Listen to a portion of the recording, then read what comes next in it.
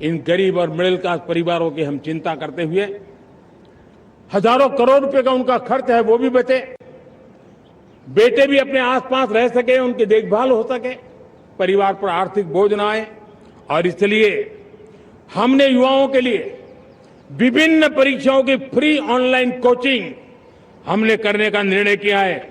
Digital public infrastructure है, हमारे पास उत्तम टैलेंट है, टीचर्स हैं, उन संसाधनों को जोड़ करके हम देश के नौजवानों को फ्री कोचिंग देने का एक पूरा नेटवर्क हम खड़ा करने वाले हैं।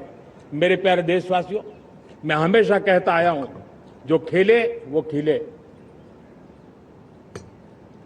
जब मैं खेले वो खिले की बात कर रहा हूं, तब मेरे प्यारे देशवासियों, आज भारत खेल की दुनिया में अपनी जगह बना रहा है। अब खेल के पोडियम में भारत का राष्ट्रगीत सुनाई देता है, भारत का राष्ट्रगान सुनाई देता है, भारत का तिरंगा झंडा लहराता दिखाई नजर आ रहा है। टॉप्स योजना ने बहुत बड़ी सफलता पाई है। खेलो India games, university games, winter games, beach games, sports infrastructure, sports के लिए कोचिंग, स्पोर्ट्स मेडिसिन, स्पोर्ट्स के लिए न्यूट्रिशन, इन सारे विषयों में भारत अब महारत करने की दिशा में आगे बढ़ रहा है। नौजवानों के लिए पूरा नया क्षेत्र, खिलाड़ी न बन सके तो उसकी सपोर्ट सिस्टम में भी बहुत बड़ा क्षेत्र खुल रहा है। स्पोर्ट्स की दुनिया में भारत का प्रदर्शन बेहतर होता रहा है और हम 2036 में ओलंपिक के मजबूत दावेदार बनकर के आगे बढ़ रहे हैं और 2030 में कॉमनवेल्थ गेम्स को भारत होस्ट करने वाला है। और मेरे साथियों, दुनिया में जो ओलंपिक की खेल होते हैं, करीब 40 प्रकार के गेम होते हैं और करीब 350 साढ़े 350 स्पर्धाएं होती हैं ओलंपिक में। और आपको जानकर के दुख होगा मेरे देशवासियों, मेरे नौजवानों, मैं आपको चुनौती देता हूं, मैं आह्वान करता हूं, मैं आपकी मदद चाहता हूं। 350 जितने स्पर्धाओं में भारत 2/3 खेलों में कहीं होता ही नहीं, हमारी मौजूदगी नहीं होती, हम क्वालिफाई नहीं होते हैं। हमने तय किया है कि 2036 में जो ओलंपिक होगा, हम चाहते हैं कि वो भारत में हो, लेकिन 2036 में जिन विधाओं में आज भारत खेलता नहीं है, जिन विधाओं में भारत क्वालिफाई नहीं करता है, जिन स्पर्धाओं में भारत ने छोड़ के रखा है, 3/4 हिस्सा हमारे इंतजार कर रहा है। भारत उस पर बल देगा और इसके लिए हम टैलेंट हंट का एक अभियान भी चलाना चाहते हैं।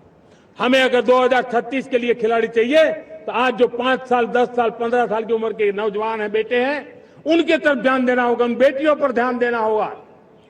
और इसलिए 5 से 15 उम्र के बच्चों में खेल प्रतिभा ढूंढने के लिए गांव-गांव, शहर-शहर, स्कूल-स्कूल एक टैलेंट हंट का अभियान चलाया जाएगा।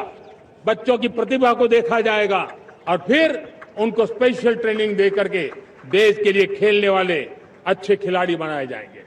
मेरे प्यारे युवा, देश के सामने, देश के नौजवानों के सामने नशा एक बहुत बड़ा संकट बनता जा रहा है। नशा मुक्त भारत, ये हम सबका सामूहिक दायित्व होना चाहिए।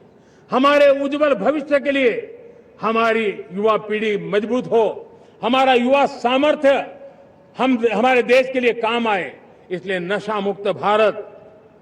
पिछले दिनों माय भारत के वॉलंटियर्स ने, देश के एनजीओ ने, देश के सामाजिक सांस्कृतिक संगठनों ने, देश के आध्यात्मिक पुरुषों ने मिलकर के नशा मुक्त भारत का 100 सप्ताह का एक कार्यक्रम तय किया है। 100 सप्ताह तक एक अभियान चलने वाला है। मैं हर परिवार को कहना चाहता हूं कि आप भी इस अभियान का हिस्सा बने, आप इसके साथ जुड़िए और देश के नशा मुक्त भारत के सपने को पूरा करने के लिए आप आगे आइए। मेरे प्यारे देशवासियों, 21वीं सदी में दशकों पुरानी जो चुनौतियां हैं, उन चुनौतियों को खत्म करना बहुत अनिवार्य है। नक्सलवाद, माओवाद लाखों युवाओं के भविष्य को तबाह कर दिया। अनेक माताओं के दूधमल नौजवानों को छीन लिया, बर्बाद कर दिया। हर मां बाप के सपनों को चूर चूर कर दिया। इस नक्सलवाद ने 4 दशक तक हिंदुस्तान के बहुत बड़े हिस्से को, बहुत बड़ी आबादी को दबोच करके रखा था, बंदूक के नोक पर दबोच करके रखा था, संविधान की धज्जियां उड़ा दी थी और देश के सामान्य नागरिकों की रक्षा में 3,500 से ज्यादा हमारी पुलिस के, सुरक्षा बल के जवान शहीद हो गए। युद्ध के अंदर जितने सैनिक मरते हैं, उससे ज्यादा हमारे पुलिस जवानों को जान की बाजी लगानी पड़ी ताकि देश के सामान्य मानवी को सुरक्षा मिले। ये नक्सलवाद ने धरती को लहूलुहान कर दिया था। 2014 में आपने जब हमें मौका दिया, उसी दिन हमने संकल्प लिया था कि हम देश को नक्सलवाद से मुक्त करेंगे। और आज मुझे खुशी है कि नक्सली माओवादी हिंसा आखिरी सांस भी शायद रहने की अब तो ताकत नहीं रही है।